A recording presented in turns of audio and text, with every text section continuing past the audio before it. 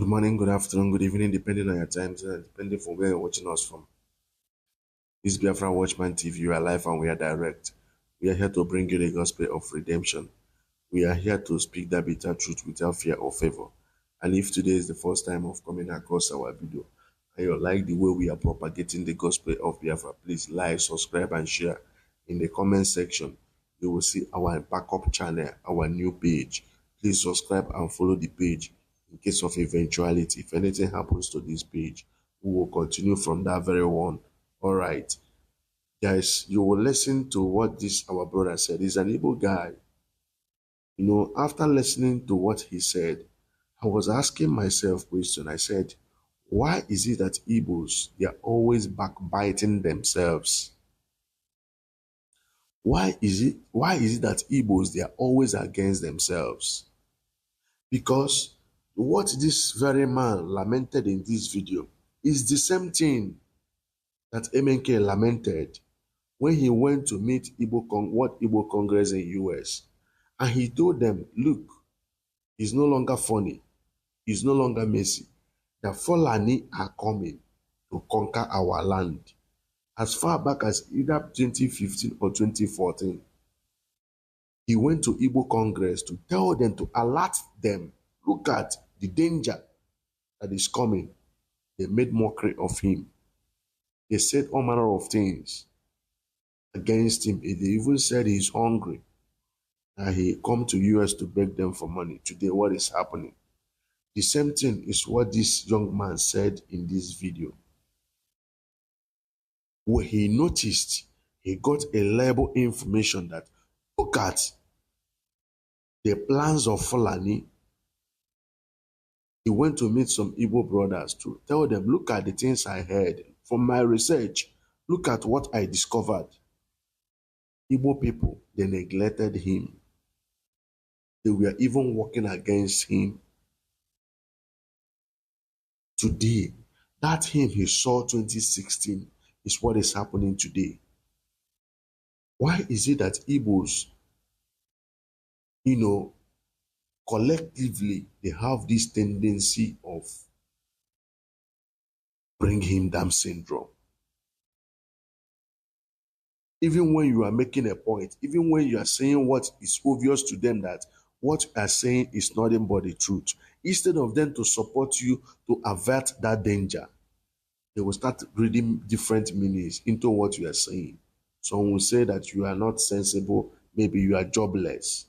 You don't know what you are saying. Had it been you engaged yourself in one or two things, you wouldn't have been saying what you are saying. This has been the problem of Igbos. Right here, the same thing this man is complaining in this video is what MNK saw many years ago. Complained, even start screaming, saying, making series of after meeting Igbo what Igbo Congress, and they turned him down. He started broadcasting, saying all things. Look at the plans of these guys. They are coming.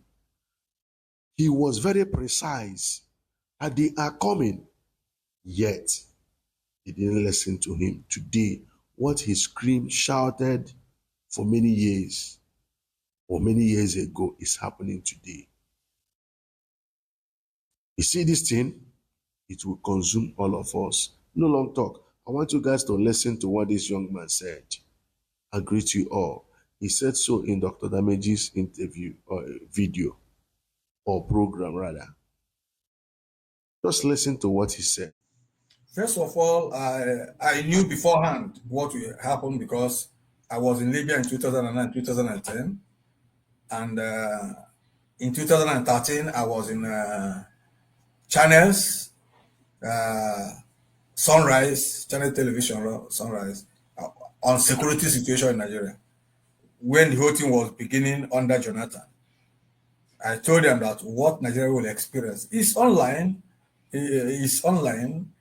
I told them what Nigeria will experience will be little compared to what happened in Chad. And here it is. In 2016, a former student, because I was actually popular among my students, And even till today, I connect with a former student who was a DSSS man, rushed to me and told me this was what will happen. That under Buhari, Nigeria will be under cure. They will give the bandits license to kidnap because they cannot pay them. Government cannot employ those people they invited to counter Jonathan during the election. So they're going to give them that there will be conflict too, and they're going to use them as weapons of Islamization. That's what he just told me because he understood me. He just left. I don't even know his name now. I've forgotten his name because I taught him 10 years before then. 10 years before then, when he came, he was an officer. So I went. I met Okwadiki Gugu. I talked to him. I met Red Miranda Biscan. I said, "This what is going to happen to also to Nigerians." I told him. Okwadike was in Abuja. He said, "Okay, you make contact." I went to Real Miranda Ndubisikano. Ndubisikano now directed me to the east to meet what the chairman of one man, son of FGN Okoye, so then chairman of South East Economic Forum to discuss. I told he said it doesn't concern him. I said, okay, let me go and meet my brother Bishop Chukuma, Archbishop Chukuma. Before I got to Archbishop Chukuma, I had phoned Archbishop Chukuma as an Anglican that I should not listen to me. When I came, Chukuma said I have no business to do with it. I was rejected by Igbo people. And now went to a Yoruba man and told him this is what is happening. The Yoruba man trusted me. He said, Tony, what do you want to do? I said, I want to go to court. He said, okay, go and get a lawyer and come back. I got a lawyer and came back. And he gave me 3 million naira cash to start the case. And I filed it as our federal high court, challenging Buhari federal government on Islamization policies, presenting, and that was after Buhari put Nigeria into the Islamized military coalition, which was a way of, a way of bringing up fallback in case the Nigerian Christians revolt against him. And I put Nigeria into Muslim military coalition, and no Christian raised eyebrow, nobody protested, they just slept, clapping, praising God. Jesus come and help us in heaven, and so on. I filed the case in Asaba High Court. I invited Kelechi, my friend from Imo State. Kelechi, now they used my permission, senior advocate of Nigeria, and he invited me, he wanted to hand me over to DSSS, my lawyer. It was at that moment that Asimota, senior advocate of Nigeria from Benin, now heard about the case and intervened and told me, Tony, my boy, I will take the case free of charge. And Asimota was there when Professor Mwabweze, our late Professor Mwabweze, heard about it, Ben Mwabweze. And Ben Mwabweze also came and took over. Asimota said, since Ben Mwabweze was his senior, he should not be leading. So it was at that time they came to arrest me in Asaba. They couldn't. I abandoned my school. And they traced me. I now went to Bonsac, interior of Asaba, and rented an apartment and hid there. They traced me. They could not do it until they now took the matter to transfer the matter to Abuja, expecting me to come. They stopped my salary. And in soccer, even they were telling the people in personnel, paying my salary, that I should come physically to receive, but I don't need the salary. And I abandoned it since January 2017. I stopped my salary. And then I went into hiding. So that was how I went into hiding, because actually they came, the point is that my name was bigger than my body. That was actually what saved me. My name was bigger than my body. Because you may be talking about me. I was in a trackers when the students were discussing about me. They didn't know I was in the bus, but they didn't know I was there. You understand? So I came to the same people to arrest me in Abuja. in the court. So I came with, I didn't come with my car because I know my car was a signature for them to know, BMW. So they will know. So I came with a taxi man. 3 hefty men were there. I told the taxi man to, I moved through. Simple, just nothing. I took the case matter, they adjourned the case. The judge was not there. I came back, they were still standing, I left. When I left, they went to ask the man. So when I came in, the court clerk was telling me, where did you come to? I said, from that place. I said, did I say, I'm asking source of people. He said, I said, what was it? I said, nothing. He just gave me the date. They were still standing there, I left. So when they went back and asked him, hasn't the man come to collect the date? He said, the man has come and collected the date. So it was after that, January 2018, that they now went after me in full force. And it was in the from Lagos, everywhere, and so on and so forth. It was the process I got fractured through a sabotage of a friend. And I went into hiding for 5 months, treating until, without knowing that my one side of my femur had broken. So it was from that I now escaped through Cameroon and moved into a total journey that led me through Niger Republic, Central African Republic, back to Cameroon, to Niger, Burkina Faso, to Benin, to Togo, to Ghana, where I stayed 6 months. I slept under bridge in Nkrumah Circle for 6 months. Nobody agreed to accept me in. Until a Yoruba friend, supporter, a lady, Professor Fumilayo Adesina David, contacted another professor in Cape Coast University, Professor Bonsom, who came there and gave me flight tickets to escape to Sierra Leone. Because while I was in that place, they tried several times to kill me and kidnap me in Ghana. I ran to the police rejected me and drove me away in Ghana, that they will not take care of me. Until I fled to Cape Coast and the man helped me. I took a flight to Sierra Leone. So from Sierra Leone, it was terrible again.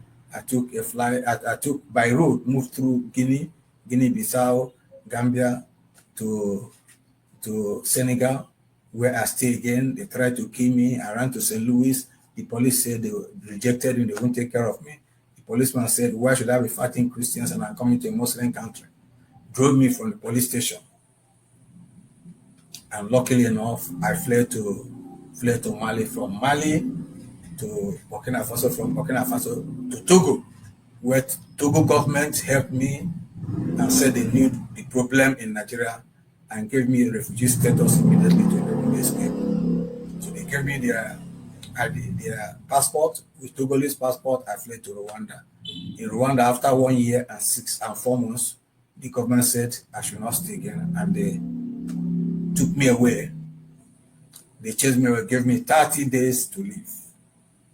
With my clutches, I held my clutches for 6 years and 3 months and 4 months. I was working on clutches. From there to Uganda. In Uganda, the government said they didn't want me again. From there, I now fled to Philippines, which is actually the only Christian country in Southeast Asia. And here the country was magnanimous to me.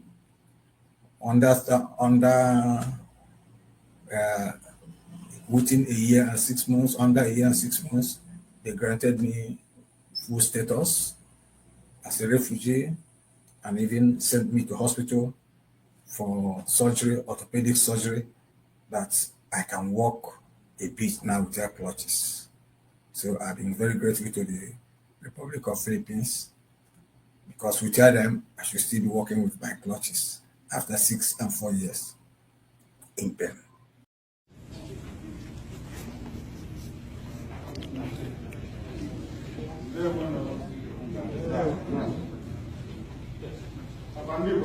Yeah. You go pen? Yeah. You go pen? Yeah. Where's one? Yeah.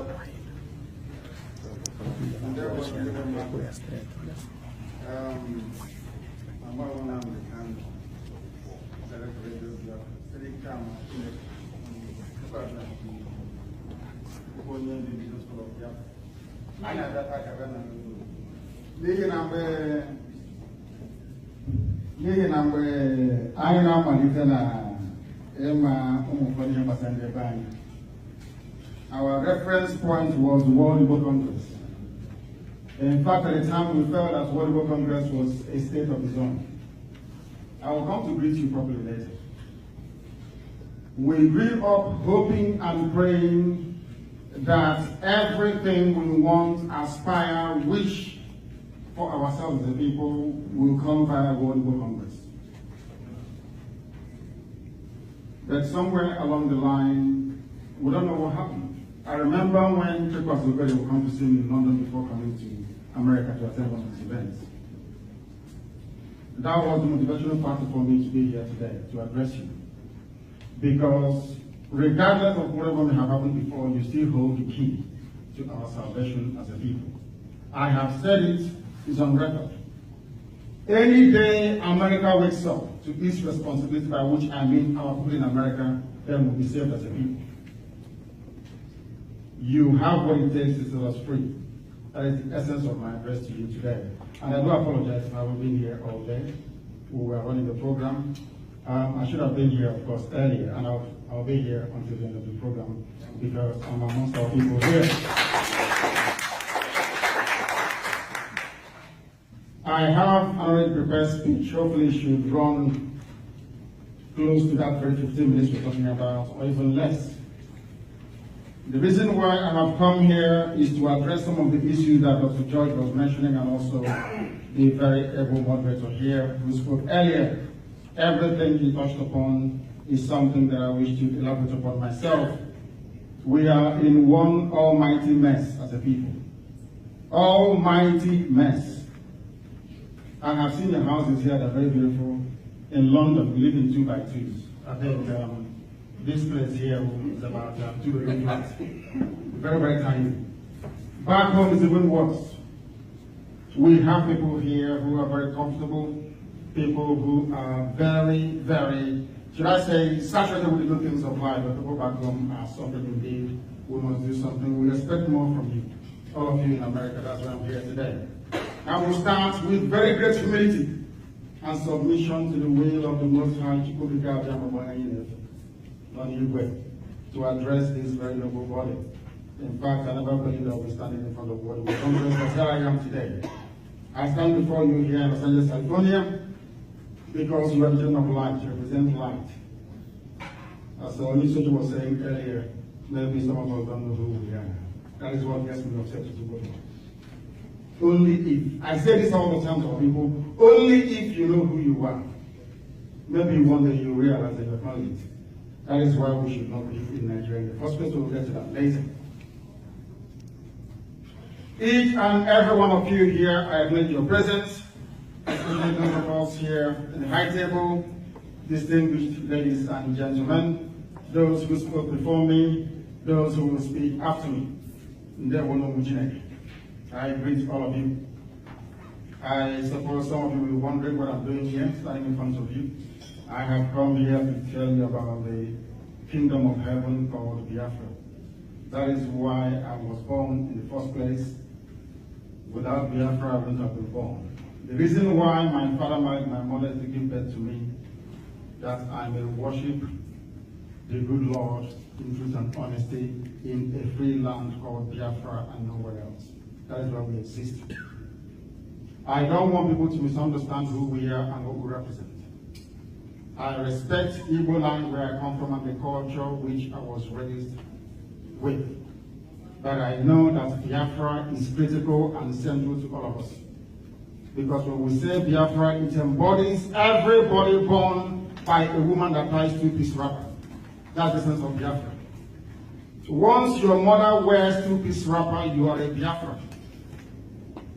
These are the things that we must acknowledge when we begin to discuss or to begin to characterize where we come from and what we represent as a people. Very, very critical indeed. My answer, as always, will be, is to come on an age. I have come here exactly the same way that Golda Meir did when Israel was being formed She came to America to speak to the Jews in America to tell them about their duty and obligation to save the embryonic state of Israel. Today, I have come here to do exactly the same thing, to tell that you hold the key to unlock, in fact, to unchain Biafra from the damnation called Nigeria. You have what it takes. I'm not talking about the whole of America, I'm even talking about those of you who are here in this very hall today, gathered. You have what it takes to set us free. And if you fail to apply yourselves to that, if you fail this very historic opportunity to not only set the record straight, but to make sure you extricate our people from the zoo that is called Nigeria, then we are finished as a race. Chukwu Abiyama will visit upon the Igbo people something so horrendous that you regret ever being born. On the 22nd of this very month, something very, very magnificent will happen. I think I'm going to have to abandon my written speech to talk to you from the heart. Because this very year is the year of the blood moon. It happened last year, it will happen again this year. And the epicenter of these very lunar activities in Biafra land. These were confirmed by astronomers in Europe. It signifies and portends very goodwill for our people, only if we can grab the opportunity to do so. Some of us forget who we are, that is why we are stuck in America. Our children are being killed back home, everybody said there. Buhari can do whatever he likes. In fact, I was even told that some of you actually supported Buhari. And if I have an opportunity, they say guns are free in America. If you give me a gun now, anybody who voted us for the Buhari will shoot the person dead. I'll go to prison. It's the worst that ever happened to us as a people. For very long, we've been suffering and in pain. The fact that we travel all over the world, and as it was rightly pointed out, we are blessed by the Most High Chukwu Abiyama, doesn't mean we must abdicate our responsibility to those who are less fortunate than ourselves who are back home. Suffering and in pain. Nothing is functioning. That is a mantra everybody speaks all the time. Who is going to stop us from being killed by our Fulani soldiers? Who is going to make the impossible become possible in the lives of our people? If not you. If not those of you in America, who's going to do it? Is it those of us in Europe? We don't have anything. You are the ones with every opportunity. You are the ones that has everything. Why is it impossible for you to understand that so much is expected from you? Because whoever much is given, much is expected. If America doesn't come to save us, who's going to save us? Just please remind me. You have your beautiful cars and your lovely houses and you have your parties and they are so magnificent to behold. But you must try and go one step further. You must ask about those who want to save you, those who want you to return home. Why don't you come to America and learn and then go back home to apply judiciously all those things you have learned abroad? The only way to do it is one way. It is to support what we are doing. We are all Biafrans, everybody is. If you're from Izon, they call it Ijo. If you're from Ishekiri, if you're from Urobo, it doesn't matter if you're from a Ghana. The person that gave birth to the Ghana people is an Igbo woman. The first of woman gave birth to the Ghana people. When we talk about Igbo group and gathering, we don't include the Ghana people. Igede is not there. Even the people of Ibibio that we both come from, we have a conquer in our various communities. It's not original to Igbo people. We got it from Ibibio people. But as soon as we discuss Igbo, we exclude them. One thing binds us together, as I said before. As long as your mother ties two-piece wrapper, you are a Biafra. You are a descendant of the light. You are a child of heaven. The reason why we exist as a people is to worship Chukwu and heaven. That is number one, and number two, to bring light to the world. We are the ones that answer E, light. We are the only people in the whole world who answer the name of the Most High, the creator of the heavens and the earth. We answer Chukwu. We answer Chukwu. Some will go to church tomorrow and say, we want to praise the Son of God. But some of us here are the children of God. Now we answer Chukwu. Of course we do. Which means you have one here. Exactly. Two. Okay. Directly descended from heaven. We must fulfill our destiny, this obligation we owe to mankind, or else, mark my words today, the evil race will be obliterated from the face of the earth. They will be wiped away clean. The Jews managed to come back after 2,000 years because they have one thing in common, their religion. We have nothing. Some go to Assemblies of God Church, some go to Roman Catholic, some go to Seventh Adventist Church. There is nothing binding us together apart from that blood which we have in our nations. That is all. If we miss this golden opportunity, we are bound to suffer in time to come. I have not come, of course, we love all of you. I like the fact that you're doing very well, all of you in America, but there's one more thing that you must do. You must come out to support what we are doing. We need guns and we need bullets. I know we love life so much. That's why we name the human being a man. That's why we don't kill.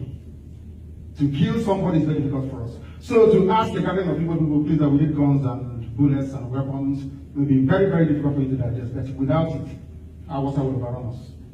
They have succeeded in planting a culture in Imo State. One big, massive problem we have. The same thing that happened to be in Akwa Ibom. If they succeed in triangulating, because in life everything is in triangle, if they get away, if they take it Port Harcourt, then we are finished as a people. Completely gone as a race. You will come back home, you don't know the way to your father's compound, because they are coming. Program is everywhere in Biafra land. They will overrun us in a matter of minutes. And the world will not talk about it, because mankind is afraid of Biafra. They believe that Biafra, after Biafra comes, the world will come to an end. Ask any wise man, they will tell you. They believe that Biafra is the last miracle. Once it comes, life will come to an end as we know it. They will know that they are wrong. We know that this very promise that was made to us a long time ago, only if we go back to the Most High, we will realize our potential, must be seen in our lifetime. Biafra is very old. Those who don't know what Biafra, I'm from Afara, a place with B.I. in front of my village, you have Biafra. So we know who we are. We are not mistaken about our belief in the irreducibility of Biafra as a nation, as a people, as those who have come here to bring light to the world. That's what we answer Ihe. There is no place you go to Umuchukwu and say, I don't know, not even the Jews answer Umuchukwu. I'm sure you know what it means. We have a place in Enugu called, what's the name again? It's called Umwanibe. Is that correct? The children of the kingdom of heaven. I don't know what else you need. We shouldn't be here in the first place. We should be in our land developing it, building it. So I can travel all the way from my village and I can go to, maybe travel to Amansi and then go back the same night. We have the potential in this room to do it. Only if we can rise up to that challenge. That is why the same way that Israel stood against every God is how Biafra is going to stand. Not just as a pinnacle to the survivability of the people who are downtrodden, people who we have pressed down for very long, but as a willing testimony to the kindness and the goodness of the Most High Biafra. I thank you all very much for listening, and I do hope in time to come that you bring yourselves to appreciate what Biafra is. Thank you very much.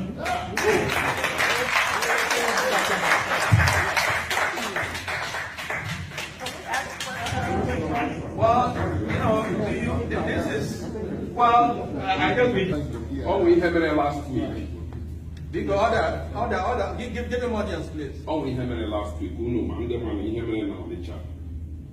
I'm people in the demonstration. Okay, I'm Joe calling from Amimo, from Houston, just coming up from Houston, you know.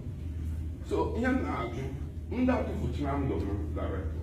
You know, only she developed the web can have fun to take care of the mother, the father. Now I have to from them. I was thinking about they gave me sleepless nights to compensate them. See how it's all right, you know. Because I'm an army. I've served in the U.S. Army for 18 years. I wrote to the rank of major. I only have about compensation. Only one here for life. I can take care of you. You know, Biafra is a good thing. It's a genuine thing. It's a good thing. But only one because I get same name na people don't know. It's challenge Thank you very much. In answer to your question, everybody associated with those that died was taken care of by the indigenous people of Biafra until the end of time. We are very huge all over the world, in over 88 countries and counting. We are many. Any of you that saw the video from our back on the 30th of May, where I was talking about remembering those that died, we do that every year, incidentally. With the crowd that came, hasn't been seen in our land ever, not even when the Pope came. Our people came out to honor the dead. We are many, we are going to take care of them. And when we bury them, you see how big we are. The families, we're not just saying it. We believe in on Ugawan Nabal also, we implement it. We just don't say it. We do it, make it happen. And on that very day, you will see. We are going to honor them we are going to take care of the families. Now on forward. If I skipped you, I'm sorry. Wow. I have never heard about you or your program. But the first thing I said when I came in here is about honoring our fallen soldiers. We were talking, and I did say that what is wrong with Igbo has a spiritual undertone that I have never. I use the example of the Jewish people, the American people. You know, I'm so happy to hear about what you say you're doing.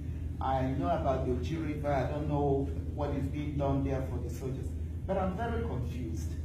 My confusion stems from what, maybe I didn't understand. What exactly is the objective of your movement, number one? You made mention of the 22nd of this month. Yes. What will happen? I didn't get to hear exactly what he is to get the 22nd of this month. And then the third one is that, did you make mention of we need arms and stuff? I Yes, get yes, that. we do. So I really need to understand these three things. You know? Okay. Please, thank you. Let me start from the last one, please. From what the person abroad asked. On Sunday, the 30th of August, our people came out of Fulanisation to evangelize, to preach to others about the need for us to get Biafra. And on the orders of Buhari, they were shot dead. And you will know that P2B in 2005, 2006 ordered the army to do something at the same place in London when members of the Massacre were shot to pieces because they felt that you can kill them. Igbo people don't care, which is a matter of fact. We don't care about each other, that is the truth. We may gather once in a while to eat, to party, and to drink. But when our people die, nobody cares about them, nobody talks about them. Now, from that, we now know that the best way to defend yourself is to be armed. Because Boko Haram is everywhere, in the zoo, police in the zoo, army in the zoo, navy. The zoo, by the way, is Nigeria. That's what we call it, is a zoo. A place full of wild animals. Only those who are not sensible will understand that there is no name like Nigeria before the white man came. I don't even want to call you nigger. Then I'll call you nigger, because when you say I'm a Nigerian, it means you're a nigger from a nigger area. That's what the meaning of it. Niger is English word for nigger. In Latin, it is nigger. In France, it is called Niger. It means the same thing. And I can't be a nigger. I come from Biafra, a place that's older than Britain. That's number one. So we need guns and we need bullets. And those of you in America will give it to us. Very, very important. And also, on the 22nd of this month, something will happen. It's called the blood moon. Most of you don't know that in 1967, before the war started, there was a blood moon as well. Are you aware of that? It comes once in a while. There was blood moon in 67. There will be blood moon this year, because after this year, we are going to be free no matter what happens. Because if we don't get Biafra, everybody will have to die. As simple as that. I will not joking. I came from back home for this convention. I stay in Biafra land. I don't stay in London anymore. I stay in Biafra land.